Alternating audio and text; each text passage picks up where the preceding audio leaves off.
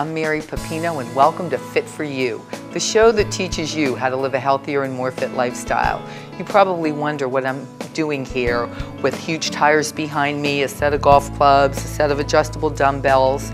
We're at RKS Fitness and Sports Performance, and we're going to talk about getting fit for golf. Getting fit for a lot of things, but a special emphasis on golf. I think I found somebody who loves golf more than anybody else on this earth right now, and you're going to find him really interesting. Hope you enjoy the show.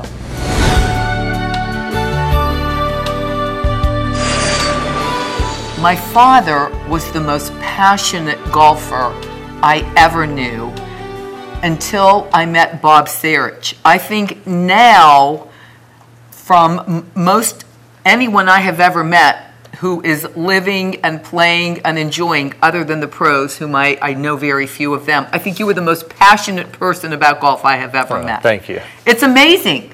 So, and I love your story. You were in the corporate world for about 24 years. Okay. And decided to leave the corporate world and follow your passion.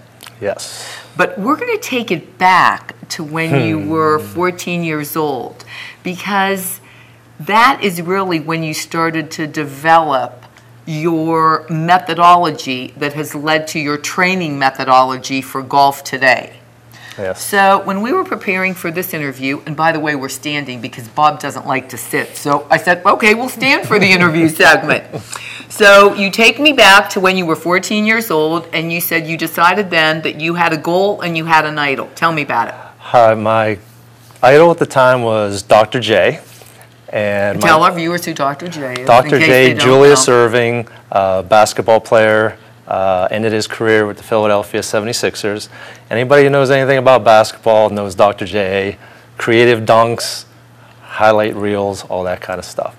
So I wanted to dunk like Dr. J. Okay. I'm 5'10" and 14 years old, so I need to figure out how I'm going to do that. So that is what really got me into working out and lifting strictly so I can dunk. That's how I started. That was the goal. That was the goal. So what I did, I just started reading some magazines, playing around with some exercises, and just progressed from, touching the net, touching the rim, dunking us. Wait, so I like your methodology, because this is very cool, because it shows how your thought process was even at the age of 14.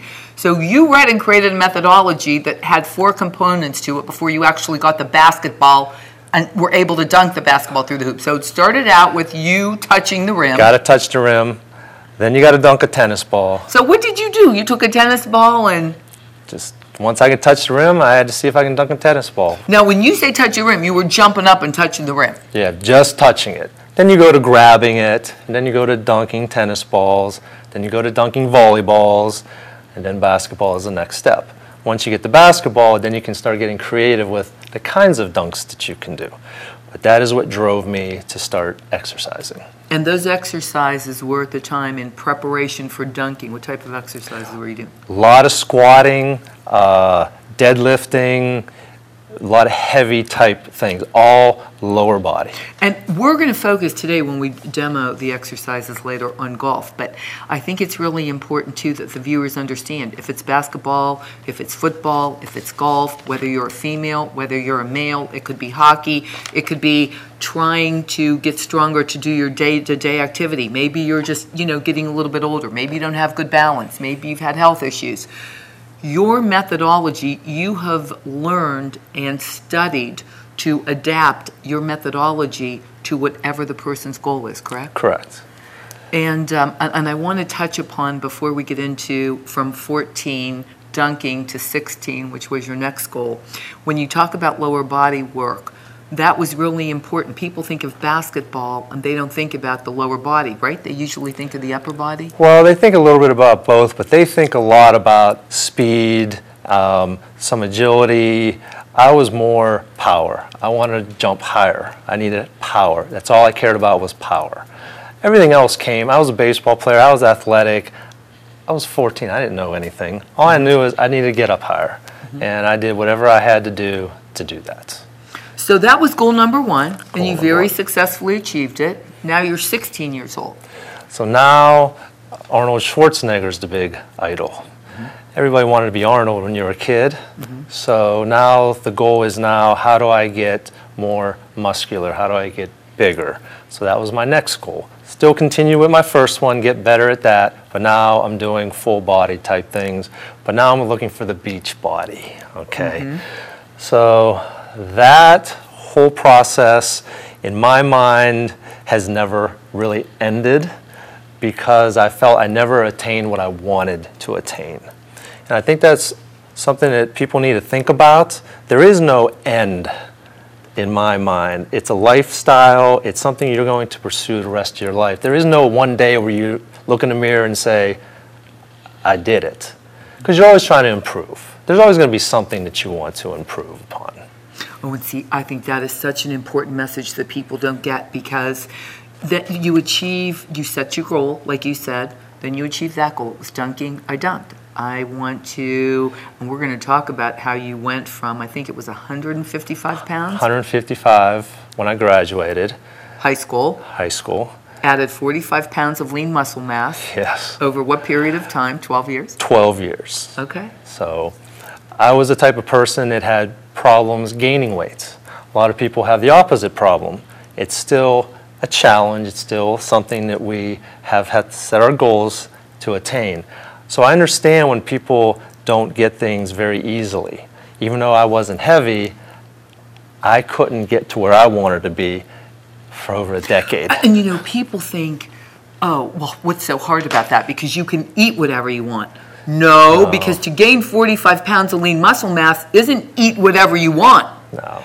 It's a very dedicated commitment to good food and a very heavy workout program. Very right? heavy workout. Now, growing up, I wasn't, I didn't eat the greatest things, but I had enough balance. Okay, it wasn't all just junk food and all that, but I did eat that. But I'm a kid. We don't know any better back then. Okay. But you do have to balance everything. It's not just about eating Big Macs, and you're not going to get lean and big doing that. And you know what else I think is very good about your technique, and I think for most people, you're not an extremist where you can never have that. There's nothing, you know, like when we were talking and preparing for today, you were great about, you know, I eat everything, but not so great things you eat in moderation. Everything's moderation. I don't like big extremes. People try, you know, they want to lose some weight, and they're going to go on this really strict diet, and they become miserable. And then they drop it, and then they're right back where they started.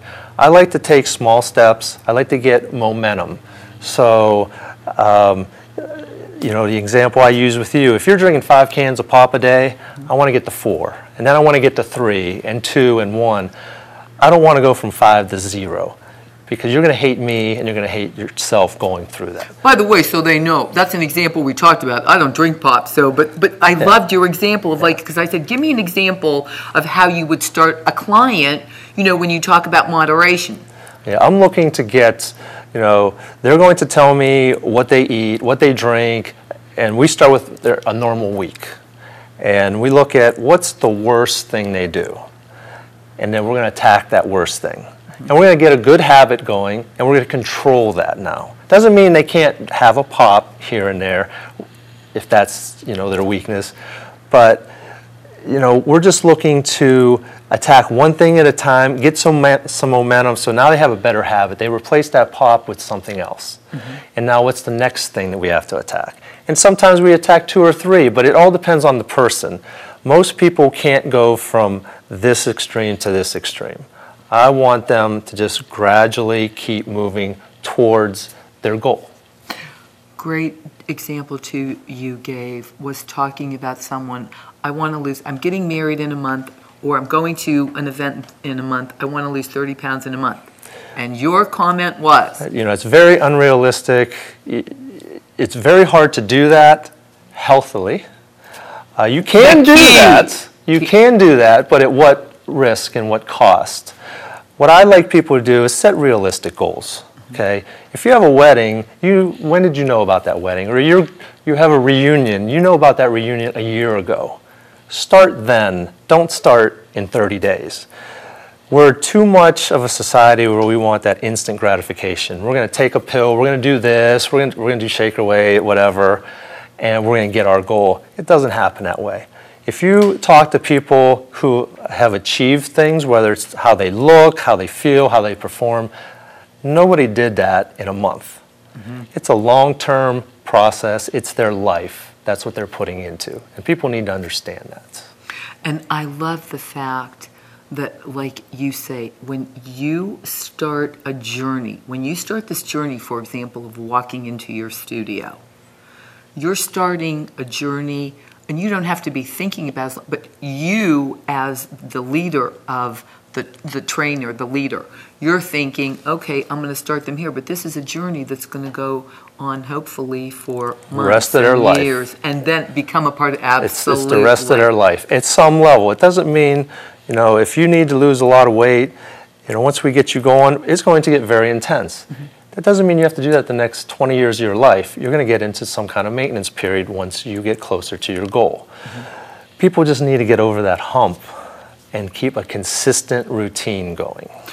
And I get it. When I looked at you the first time and you told me how old you are, and if that's up to you whether or not you want to tell the viewers, but I was like, what? Yeah. And it's pretty amazing. But you also, your immediate, response was, why are you so amazed? It's not something that I did yesterday. I have been doing this now for 40 plus years. 50 years. So that was big 5-0 this year. And to me, this is normal for me.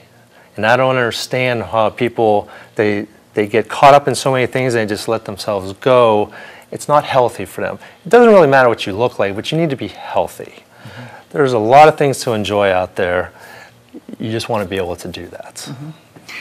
Let's go back. So now you want to be Arnold, and you have to gain 150 pounds. I'm sorry, you want to gain 45 pounds of lean muscle mass. Well, I wanted to gain 75. But you got to 45. I got to 45. Okay, and now during this time, you graduate high school. Yes. And you continue on your education and get into the corporate world, and you're in IT in the corporate world for 24 years. And then the company's going under renovation, and you make the decision, you know what, I think I'm going to step out of this corporate world and follow my passion. Yes, and it was the best decision I ever made in my life. Were you scared? Absolutely. Because I think that's one of the problems. I think we're, so many people, we're doing things, or they're doing things because you feel like that's what you should be doing. Right. And then you're kind of not happy, so then it's too hard for me to eat good too because I'm already not loving my day as it is. It's bad momentum. So now you got bad momentum going the opposite way. You fall into some bad habits. Next thing you know, you wake up and you think it happened overnight, and you don't like how you look, how you feel, how you move, whatever. When did you acquire your love for golf? Sometime during the Arnold phase? No, actually, I was about 28 or 29, and I thought golf was the stupidest sport ever invented. And a friend of mine was trying to get me to go out for a long time, and I just refused. And he finally got me out there, and I'm pretty sure it was the next week I had my own clubs, shoes, clothes, whatever, and I was hooked that was it. By the way, I love the fact that, so when I came to the studio the first time and I see the golf clubs, I'm thinking, oh, that's what you use to train clients. You go, absolutely not. Those are my golf clubs, and they're with me all the time. Always with me. I love it. I actually practice putting in here. I have balls I chip. We do full swings in here. So if I have a break, I'm using my clubs. I love it. Well, and I love the way how you got into personal training, because it wasn't to be a personal trainer, it was to be a golf personal trainer. So let's talk about that. So now you decide, okay, I'm going to leave the corporate world because you wanted to be a golf trainer, right? Yep. Yeah, I knew what I wanted to do. I didn't know how to do it. So what I ended up doing, and I don't even remember how I found this, but I contacted Sean Cochran, who is Phil Mickelson's trainer. Yeah, tell us how you, because this is very inspirational to people to think, I could never do something. And it goes, you know, to the point of, if you really want something, you can do it. You can figure out how to do it. So you email? I email Sean Cochran, have never met him in my life, would like to, but basically say, changing careers, this is what I want to do, any help you can give me.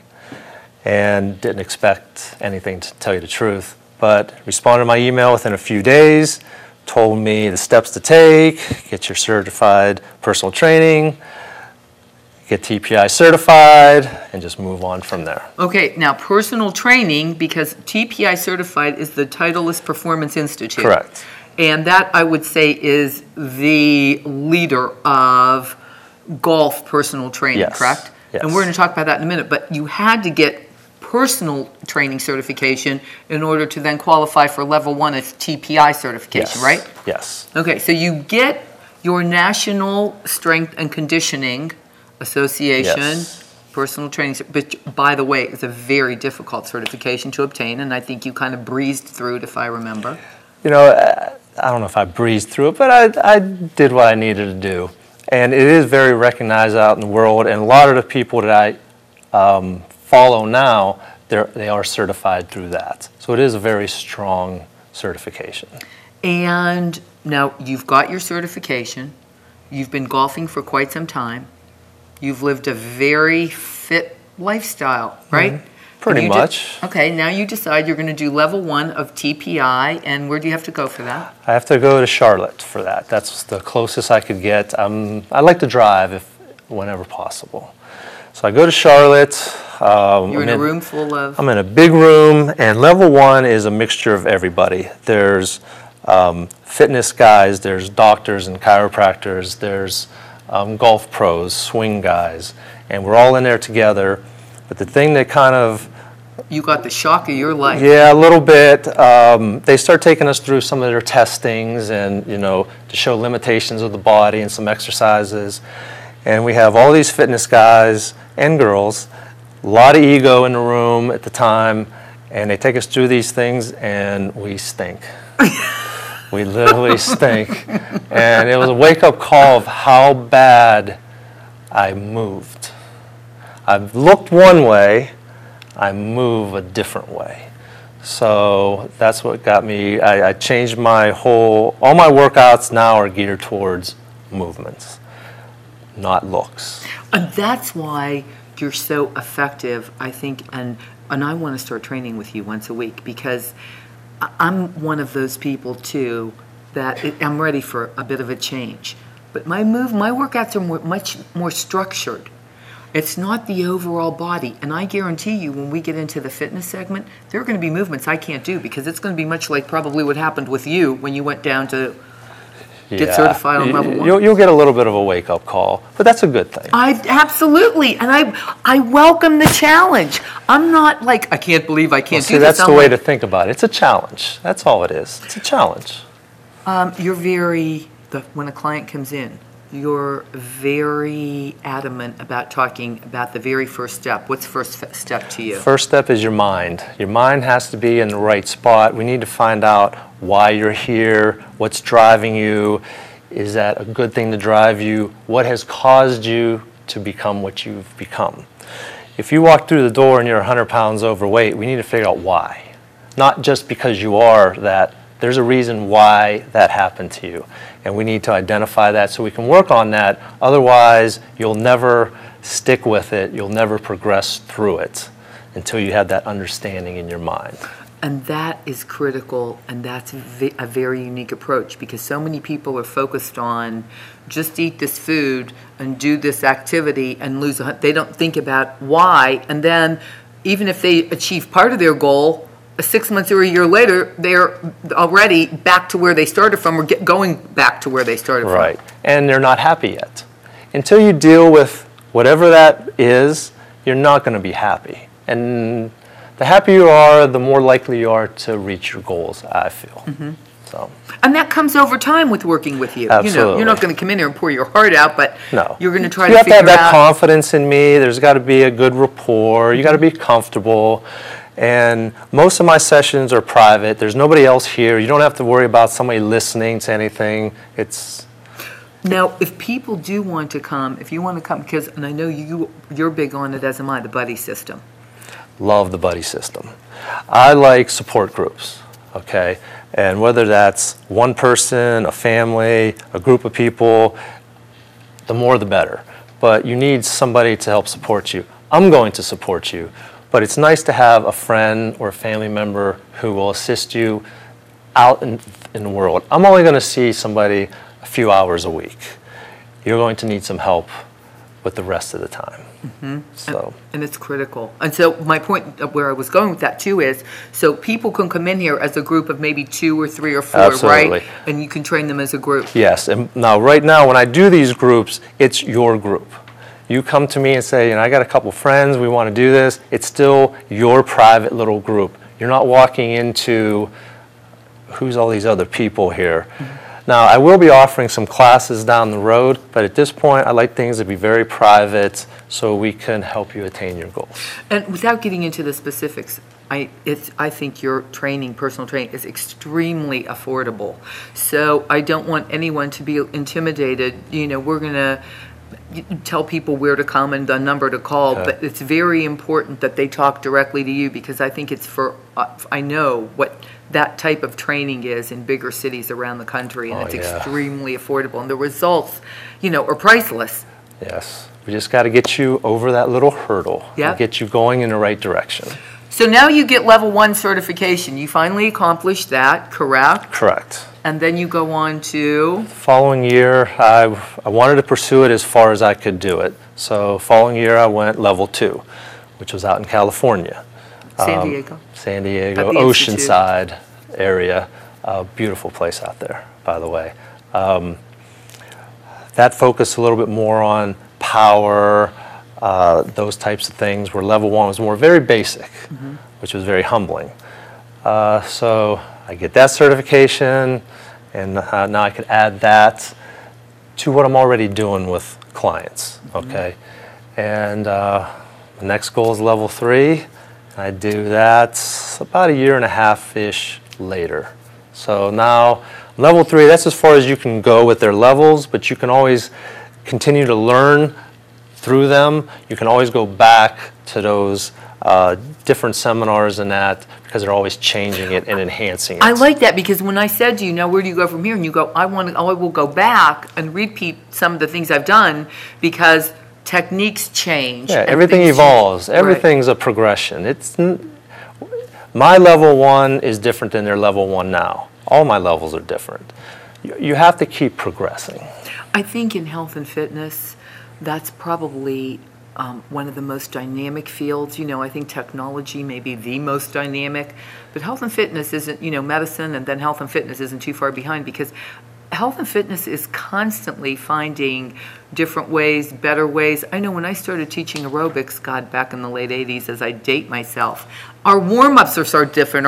Some of these exercises that we used to do were like, no, don't do those anymore. That's not the way they should be done. It's very interesting. It's always changing. Let's talk a little bit, because I know you're a big fan of all you need to do is buy the latest, greatest golf equipment and you'll shave 20 strokes off your game, right? Yeah. Not a big fan of the instant gratification of anything. You can't buy a better game. You might think you can, but all you're doing is buying new drivers every year, buying new clubs. You need to correct the problem instead of trying to Band-Aid it all the time. So people need to realize if they want something, you have to work for it. You're not going to get it overnight. And I mean, it's great to keep up with the equipment that's, you know, the newest and latest. But if you don't get yourself in the best shape, right, no matter how good the equipment is, you're never going to have it performing at its peak. Correct. And people need to also make sure they understand, when we talk workouts and movements and all, it's not a look. I really don't care what you look like. It's how you move and how you function. And you need that in everyday life. It's not just golf or a sport.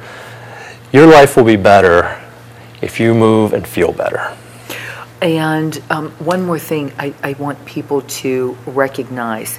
Your workout approach and your methodology is extremely unique. Unstructured, unconventional, changing all the time, which is great, but it's really working the whole body as opposed to working a particular body part at any given time. Right. I never isolate a muscle group. Everything is full body. You use your full body out in the world. Why do isolation exercises? Now, if you want to compete in a bodybuilding type competition, you do need to do that. But if you're looking at overall health and enjoying your life, you got to use your whole body. And like the key is, what is your goal? Whatever your Right. goal is, let you know the goal, and then you can start the And journey we work to towards achieve it. that goal. Absolutely. I love it. You just have to do the work. I'm just going to direct you. We'll see how I do. Yeah. By the way, before we go to the segment with Christine, I want to, I think you're going to help me to pull a sled or show me how to I'm pull going to a show sled. you one of my favorite exercises that all my clients love. Okay. So we'll give you a shot Let's hope at I can do it. it. You can do it. I right. have faith. Thank you.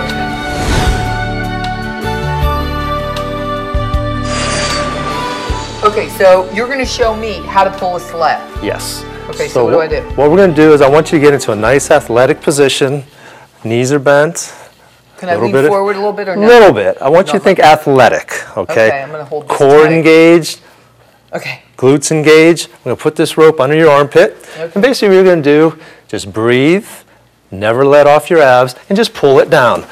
A little bit more vertical up here. Stand a little bit straighter. Breathe. You're not helping me, are you? Nope. It's all you. Just breathe. Engage those abs. Engage your quads. It is Engage your amazing glutes. how you feel this. I mean, my God, I'm feeling it in my arms, in my core, in my legs. Make sure you keep your shoulders back. Always think good posture. There should be no strain in your neck. You should feel nothing in your lower back. I love the lat work, my back work. It's like especially, you know what this is great And for women? stop. You know how you get like that Yep, overhang absolutely. here? Oh, this is awesome Absolutely. Okay, now we're going to drop the rope. for that. Okay. Okay, we're going to keep the rope in between your feet. What I want you to do, get into a nice strong position. We want our back flat, Okay. abs engaged. You're just going to push it back. So I was doing a pull, now I'm going to do a Now push. you're going to do a push. Okay. Keep And those you have abs to tell tight. me if I'm in good back position the way you want me. Okay, that looks pretty good. Okay, one leg at a time? Yep, just like you're pushing something. It's Christmas time, you're shopping, you got a loaded up shopping cart. That's all you're doing is pushing. I think I'd look pretty funny leaving them all in this position, but hey, I'll keep it in mind for the holiday. Okay. Amazing. Very good. Do you know what? I can't believe how you really do feel it overall. It's a full body workout. We do different versions of it. We do standing, we do sitting, we do lying down, we do one arm planks with the sled. And as I get better, we're going to start putting some weight on there, right? Absolutely. Oh, good. Got to I'm that progress. looking It's forward all to. about the progression. Now we can go to Christine and I can see what I can't do, so I'll know what my goals are and There what I you want to go. progress to. Very good. Thank you.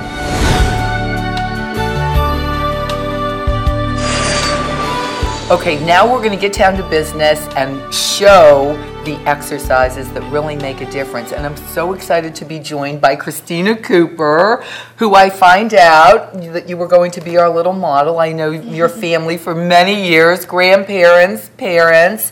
Tell us, how did you hear about Bob?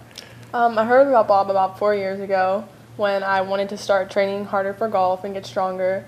And I heard that he was the best trainer around this area that specified for golf, so I started coming to him. And you were a freshman in high school? I was at the time. Oh, now you're getting ready to go to YSU. You're on the golf team. Yep. All right, so Mr. Serich, let's see what you do.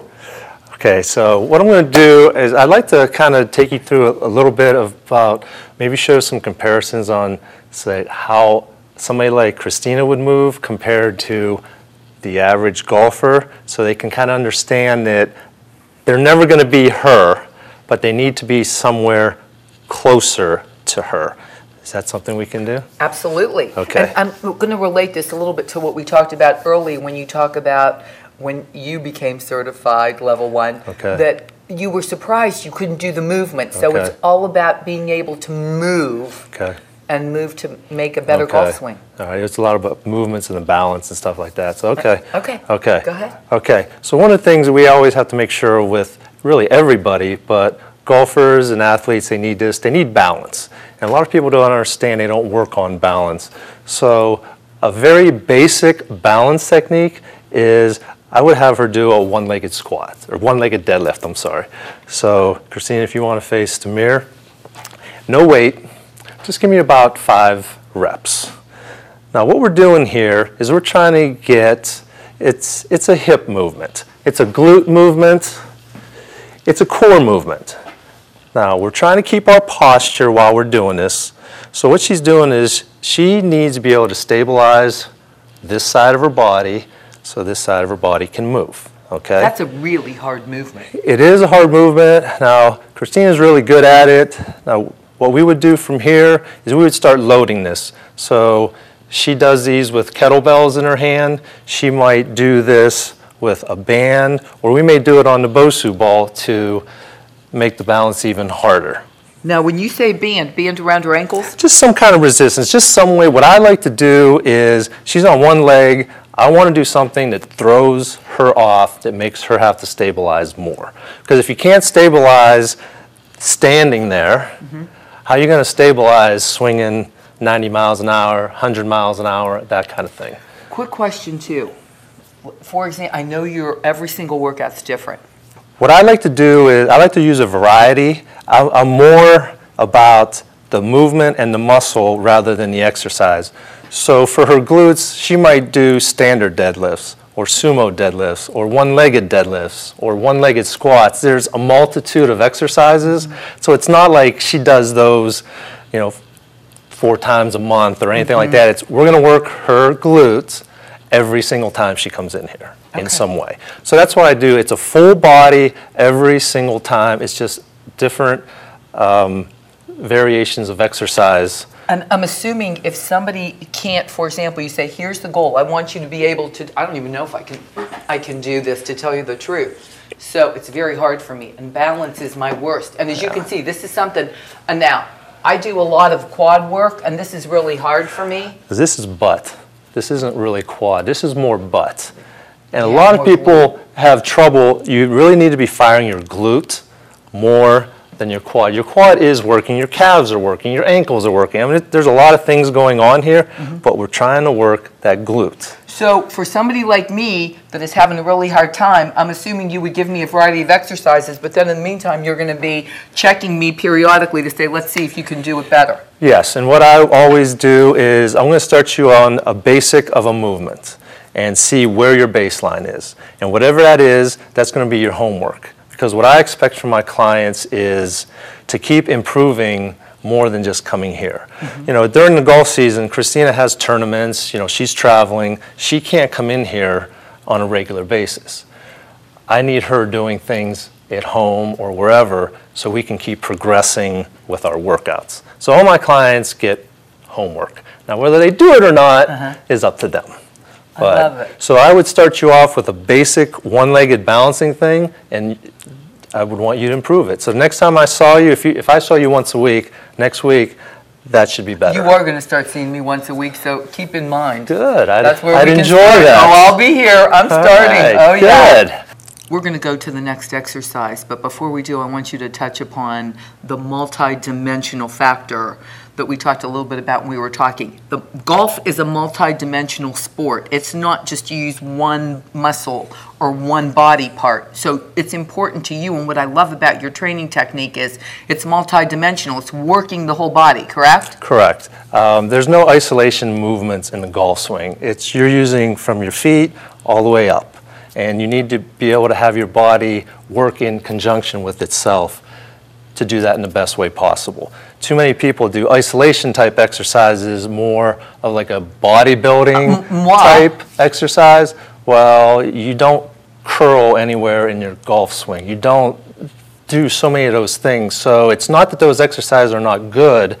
they're not good for if you're trying to improve your golf game. That's the only difference with it. Okay. So show us the next. Well, I want to show you an exercise that people can kind of, it's an exercise, but it's also a little bit of a test. So you can kind of see where you're at. And this is showing you your upper and lower body separation and your shoulder turn. Okay. So Christina, if you can come down here, lay on your side, either side. Okay. So what you're going to do, get in a nice position like this, make sure you're on a comfortable floor. This knee here has to stay on the floor or the mat, okay? Now what she's going to do is she's going to rotate her upper body, and she's going to take this hand and she's holding her knee down, okay? So what we're trying to do is this doesn't move, and we're trying to rotate here.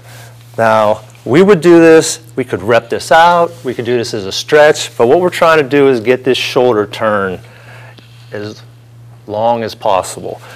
So ultimately, I'm noticing her head go with her shoulder. Is that on purpose? That's fine. We can do that. I don't really care about that at this point. I want to see this thing getting down as close to the mat as possible without this knee coming up. Now, what a lot of people will do, go ahead and come back and rotate, let this go. They'll let this come up, and then they say, I can rotate my shoulders all the way to the ground, but their knee's up in the air, so they can't. So they need to do the whole body again. So people make compensations, and they have to learn to just let their body do what it can and then improve it. It's not an ego thing. You know, I can't get nowhere near that.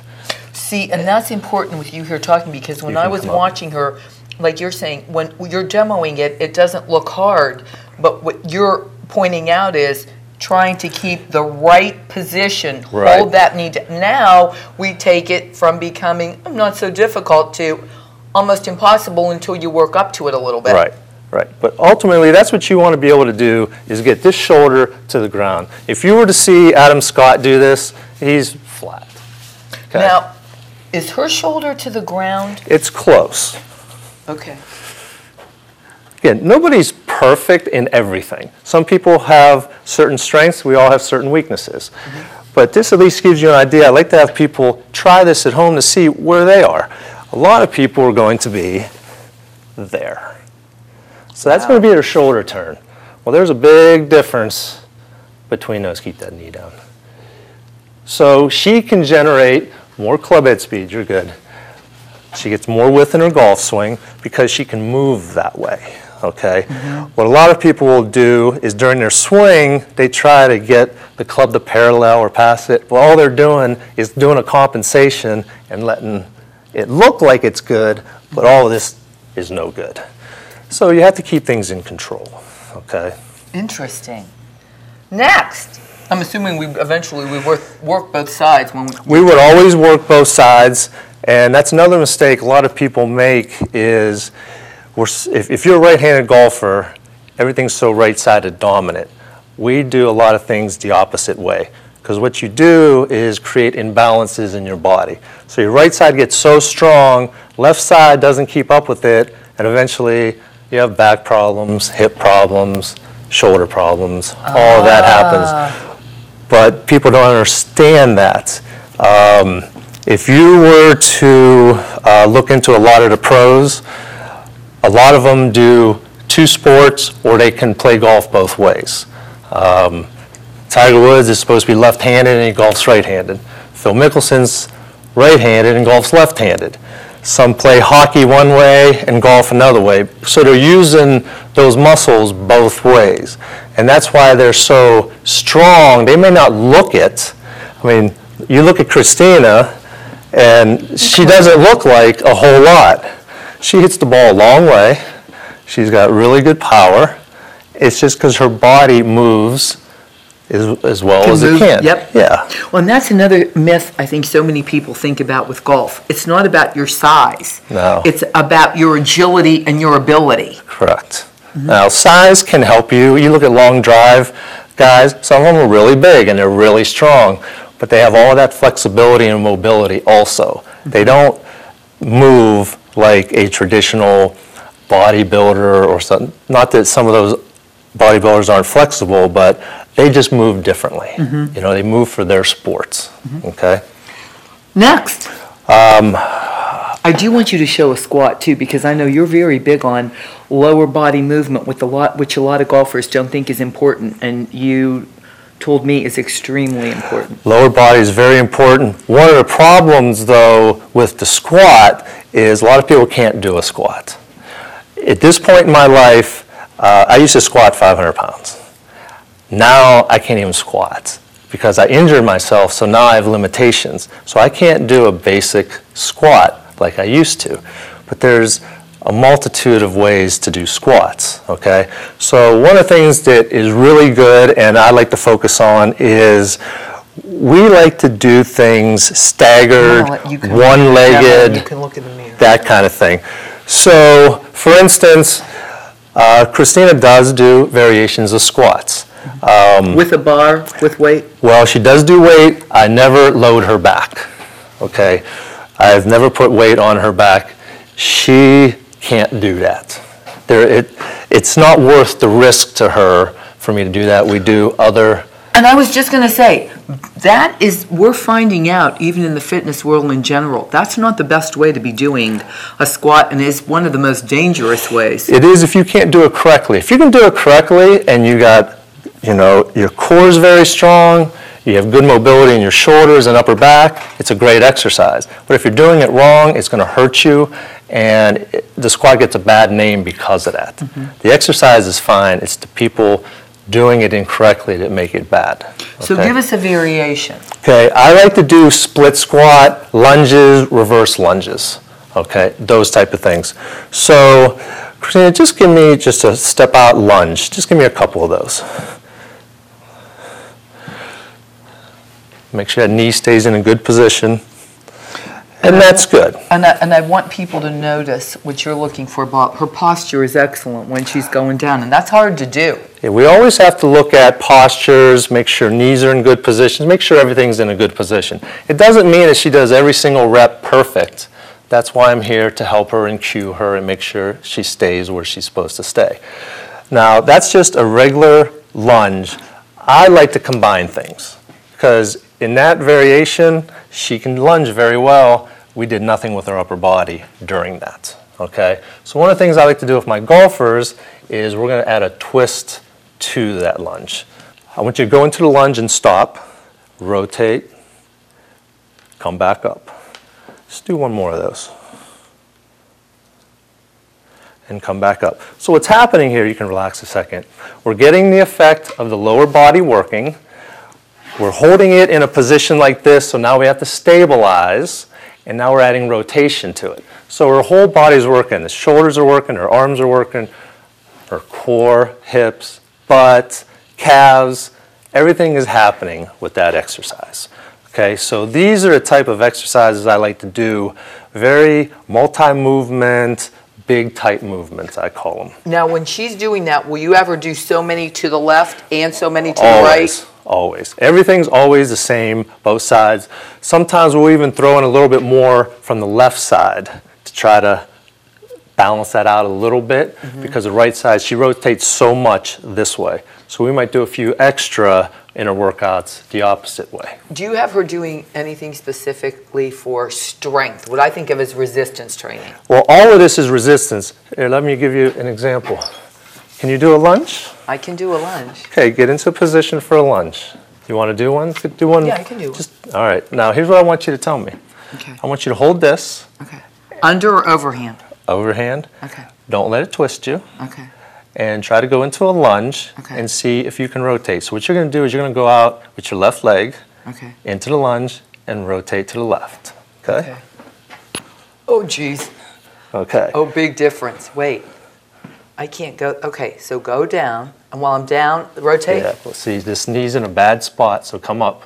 So we got to make sure in your lunge, we want this in a nice 90-degree angle.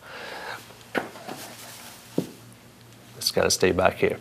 So all I really want you to feel right now is the resistance. I'm feeling it. Okay, come on up. And it's interesting. You know what? I want to try to twist. Wait. Okay. I don't know if I can. Yeah. This is amazing. And I'll tell you why. Because it's pulling me, the resistance is there. Right. So it's pulling me. That's really hard. So what's happening here is people think resistance is weight. I need some kind of big weight in my hand. Resistance are sticks and bands and suspension things and body weight. You don't need a weight per se, because you can feel the resistance on that. Now we can stretch that out, and if you're not in control, it's going to suck you back into the rack. There's a lot of resistance in that band, okay? Well, and you know what's great for our viewers to see, especially with somebody like me? I'm somebody who, I'm a very fit person, I work out regularly and so on.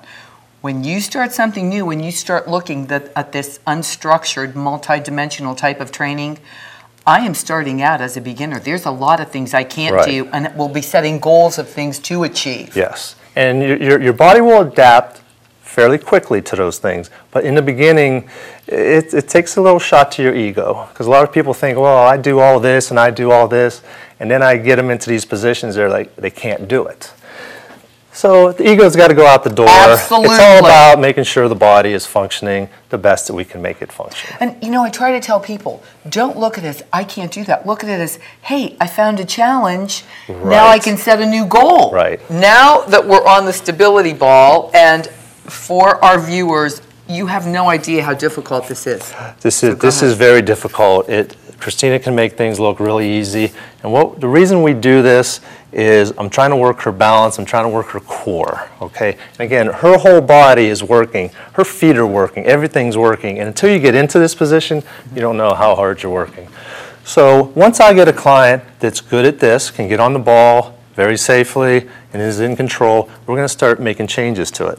And one of the first changes is we want something overhead. Now what happens when we go overhead, now we're going to start using her upper body more, stretching everything out, strengthening her upper back, which is very important. And as you can see, when we go overhead, she's struggling a little bit to keep this in balance, okay? This is an amazingly hard position. It's very hard. You can bring it back down. And by the way, have you taken clients at various age groups and given them the ability to work up and accomplish this? I have 60-year-olds that do this. Okay. Here's my philosophy. I think everybody can do anything they want to do. It may take a little bit longer for certain people, but basically all my clients do very similar exercises type things. Everybody's going to get on a ball at some points. Everybody does pull-ups. Everybody does some kind of deadlift. Everybody does those variations. It's just according to their ability. I don't care how old you are. I don't care how young you are. I can teach you to do whatever we need to do. And that's a great message, because so many times people think, oh, my age is my limitation. And I try to tell them, I'm always looking for great new challenges. And I know some of the people you've taken. Yeah. The only limitation that I feel people have, I mean, if you have some type of medical condition, you had a surgery, that is going to be a limitation, but it doesn't mean it should stop you. We just might have to modify some things, and you might do a different version of something. That's it. Other than that, everybody does everything. Okay, this looks really interesting. Yeah. This is a jungle gym. It's similar to a TRX. It's just set up a little bit different. I like to do suspension work with all my clients. So what Christina's going to do here is we're going to do some core work, but it's also some hip work, some shoulder work. A lot of core going on in this exercise here. So Christina, get into the top of a push-up. In here. Oh, I thought her hands were going in. No. Okay. Okay, so what we're going to start with, we make sure that she can stabilize herself. Abs are tight, butt's engaged, everything's engaged here. You got to be able to be really strong to do this exercise. Now, once a client can do this, what we're going to do is add movement to it. So do both knees up. Squeeze the abs every time you come in. Wow. Now go single. Breathe and squeeze. Now go frogs. So when we do this, now we're opening up the hips a little bit, still working a lot of core. And show me a couple pikes.